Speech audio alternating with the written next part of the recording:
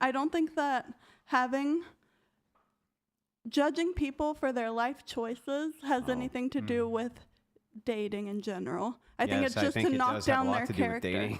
Yeah, but that's personal. What? So, no, it's not personal. It's the idea is if you're having a dating podcast, then people have all sorts of preferences when it comes to dating. Because they have all sorts of preferences when it comes to dating, they're going to take things into account like body count, your sex life, your sexual past. They're going to make all sorts of judgments. That's going to be out in the open that you're talking about those things. So only when you're romantically involved. Otherwise, it's not anyone's business. Yeah, but the whole point of it is to discuss what people are interested in when it comes to romantic involvement. And so you're getting people's stories, what it is that they're talking about, what it is that they're discussing.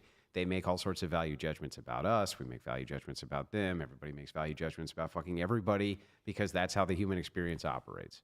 We make value judgments about each other all the time, nonstop, every day, all the time.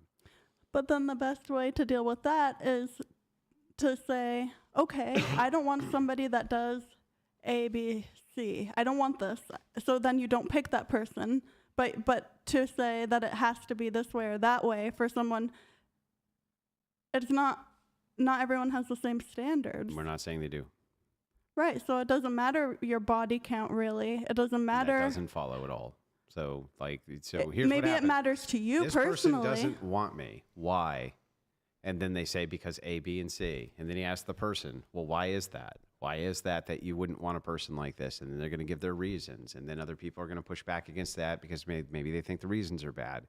This is just a simple value judgment, value assessment that everybody has. Right.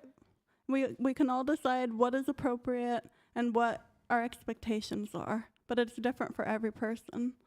Like some men might care about the body count, some men might not. Some men might care. That's not in dispute. Right.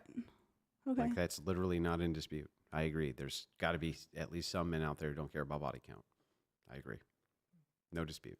And I don't think preferences of any kind are bad. Like, it's all personal.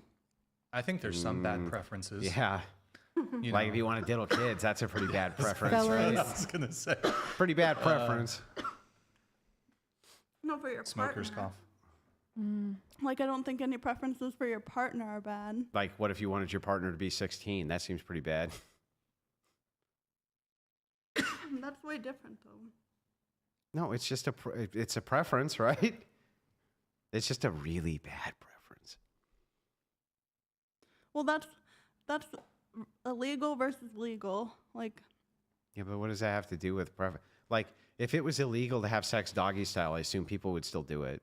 Isn't it in some states? Sure, and I assume people in those states. No, I think sodomy. Yeah, sodomy. No. Isn't that sodomy? Isn't it sodomy? I think even the UCMJ has a sexual morality code, the Uniform Code of Military Justice. Yeah. But I'm just saying, pretty confident soldiers still do that, right? Oh, yeah. And the legality of the thing really has nothing to do with the preference of what you want to do, right? But we would just objectively say some things are just bad preferences and wrong, and we don't want them, and they need to go away because we don't prefer them.